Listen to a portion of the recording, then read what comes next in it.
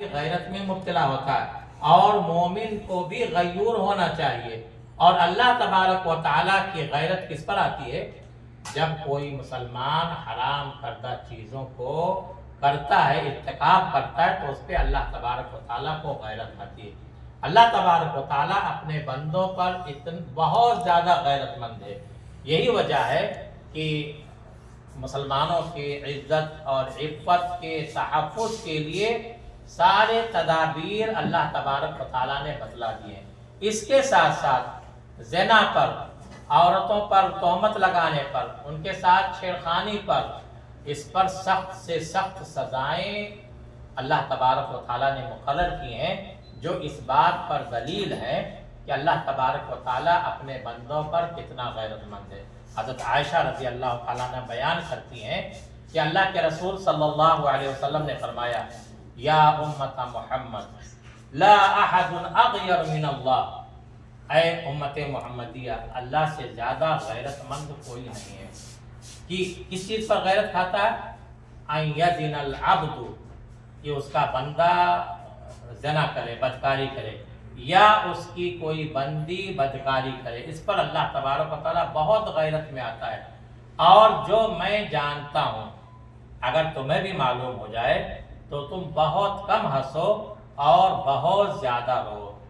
میرے بھائیو، غیرت کے مقابلے میں یا غیرت مند کے مقابلے میں کیا آتا ہے؟ دیوس آتا ہے۔ اور دیوس کسے کہتے ہیں؟ جو اپنے اہل و عیال میں، اپنے بہن، اپنی بیٹی، اپنے بیوی کے سلسلے میں کوئی برائی دیکھے یا سنے اور اس پر کوئی رد عمل ظاہر نہ کرے، چشم پوشی کرے، ایسے کو شریعت میں اسے دیوس کہا گیا۔ اور ایسے شخص کے لیے جنت کے دروازے بند قرار دیے گئے ہیں۔ چنانچہ اللہ کے رسول صلی اللہ علیہ وسلم کی حدیث ہے: ثلاث لا يدخلون الجنہ ولا ينظر الیہم ولا ينظر اللہ الیہم، تین قسم کے لوگ ایسے ہیں جن کی طرف جو جنت میں داخل نہیں ہوں گے اور اللہ تبارک و تعالیٰ ان کی طرف دیکھے گا بھی نہیں۔ وہ تین لوگ کون ہیں؟ العاق لوالدین، پہلا شخص والدین کا نافرمان، والدین کی گستاخی کرنے والا، والدین کو ناراض رکھنے والا، والدین کو چھوڑنے والا، والدین کو ڈانٹنے والا، ایسا شخص والدین کی نافرمانی کرنے والا۔ میرے بھائیو، والدین کے ہمارے اوپر اتنے حقوق ہیں کہ ساری زندگی کی خدمت اور ساری زندگی کی عبادت اس حق کو ادا نہیں کر سکتے۔ کوئی کتنا بھی عبادت گزار لے، اگر والدین کے ساتھ اس کا سلوک تعلق اچھا نہیں، تب پھر اس کی عبادت کا کوئی فائدہ نہیں ہوگا۔ آج ہم معمولی ٹکے کے کاروبار کے لیے، اپنے بیویوں کو خوش کرنے کے لیے ہم ناراضگی مول لے لیتے ہیں، اپنے والدین کو اکیلا چھوڑ دیتے ہیں۔ یاد رکھیں، ایسا شخص جنت میں داخل نہیں ہوگا۔ اور دوسری کون شخص؟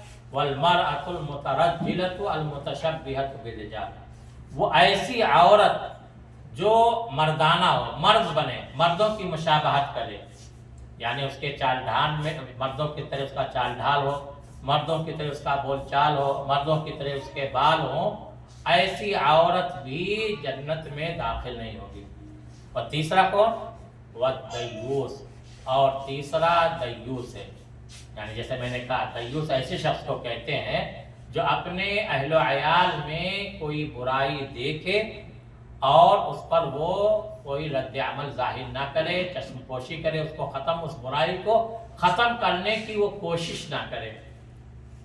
میرے بھائیوں، یہی وجہ ہے کہ سلف صالحین نے غیرت کو گلے سے لگائے رکھا۔ حضرت علی رضی اللہ تعالیٰ عنہ کے بارے میں آتا ہے کہ وہ اپنے دور کے عورتوں پر غیرت کھاتے ہوئے اس دور کے مسلمانوں کو غیرت دلاتے ہوئے کہا تھا: بلغنی ان نساءکم، مجھے یہ خبر ملی ہے کہ تمہاری عورتیں بازاروں میں جا کر کے بھیڑ کا حصہ بنتی ہے۔ الا تغارون، تمہیں غیرت نہیں آتی؟ فإنه لا خیر فی من لا یغار، ایسے شخص میں کے اندر کوئی خیر نہیں جس کے اندر غیرت نہ ہو۔ میرے بھائیو، آج ہمارے معاشرے میں غیرت رخصت ہو چکی ہے۔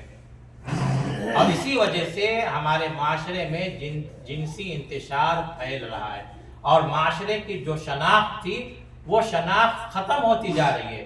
دور اول کے مسلمانوں کی غیرت کا حال یہ تھا کہ ایک بار حضرت سعد بن عبادہ سے کہا گیا، یعنی اسلام کا یہ نظام ہے کہ اگر کوئی شخص کسی عورت کو کسی مرد کے ساتھ غلط حالت میں دیکھے تو جا کر کے 4 گواہ لا کر کے دکھائے، ورنہ اگر اس نے کسی کے بارے میں زبان کھولا تو اس پر 80 کوڑے پڑیں گے۔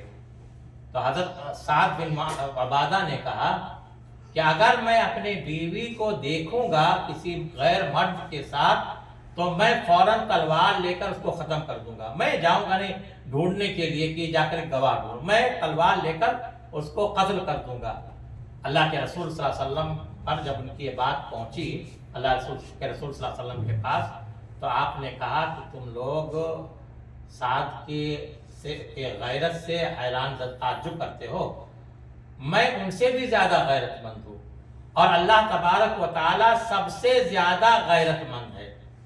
میرے بھائیو، آج ہمارے معاشرے میں بے غیرتی کی بہت ساری مثالیں ہیں۔ مثال کے طور پر آج ہمارے معاشرے کی عورتیں دوشیزائیں جماعت بنا کر یا تنہا بازار میں جاتی ہیں کپڑے خریدنے، دوسرے سامان خریدنے کے لیے، اور قیمت کو کم بھاؤ کرنے کے لیے، قیمت کم کرنے کے لیے ہنسی مذاق کا سہارا لیتی ہیں، اور دکاندار بھی غیر اخلاقی باتیں کر کے ان کو لبھاتے ہیں، رجھاتے ہیں، اور نادان عورتیں اس کو اپنی تعریف پر محمول کرتے ہوئے پھولے نہیں سماتی، اور دکاندار ان کو ڈسکاؤنٹ کا ترغیب دے کر کے بار بار اپنی دکان پر آنے کی ترغیب دیتا ہے۔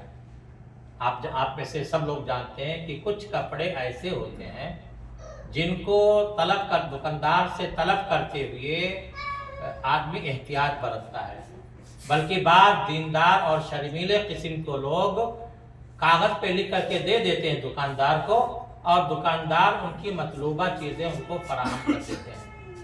لیکن جو عورتیں بار بار دکان پہ جاتی ہیں وہ ایسی چیزوں کو بلا جھجک دکاندار سے طلب کرتی ہیں، اور یہی بے تکلفی، یہی ہنسی مذاق، بار بار کا آنا جانا، یہی مقدمات بنتے ہیں جن کا ارتکاب کرتے کرتے عورت اپنی عزت کی چادر کو اتار کر کے اور ایسا قدم اٹھا لیتی ہے جو کہ خاندان کے لیے شرم اور داغ کا باعث بن جاتی ہے۔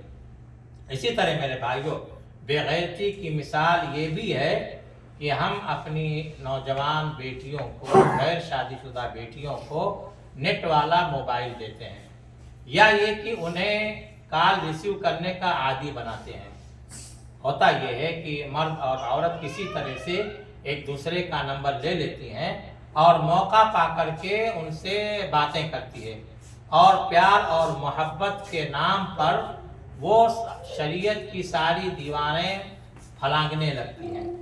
اور یہ بھی جانیے کہ مردوں کی موجودگی میں کسی سہیلی کے نام کا آنے والا فون یہ ضروری نہیں کہ اس کی سہیلی کا ہو سکتا ہے وہ کسی کا ہتھ کنڈا ہو، اور عام طور پہ مرد تو باہر رہتے ہیں۔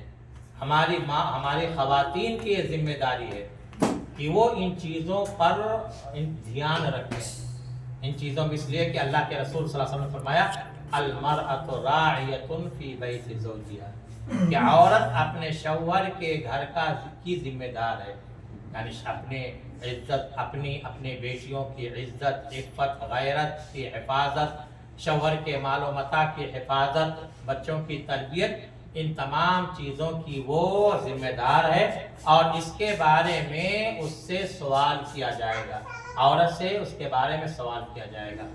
ٹیلی فون سے پیدا ہونے والی برائیوں کو ایک غیرت مند شخص بہت کئی طریقے سے اس کی روک تھام سدباب کر سکتا ہے، لیکن سب سے اہم چیز یہ ہے کہ گھر میں اچھی اسلامی تربیت ہو، خالص اسلامی تربیت کی جائے، اور بلا ضرورت فون ان کے پاس نہ رکھنے دیا جائے، بلا ضرورت ان کے پاس فون نہ رکھنے دیا۔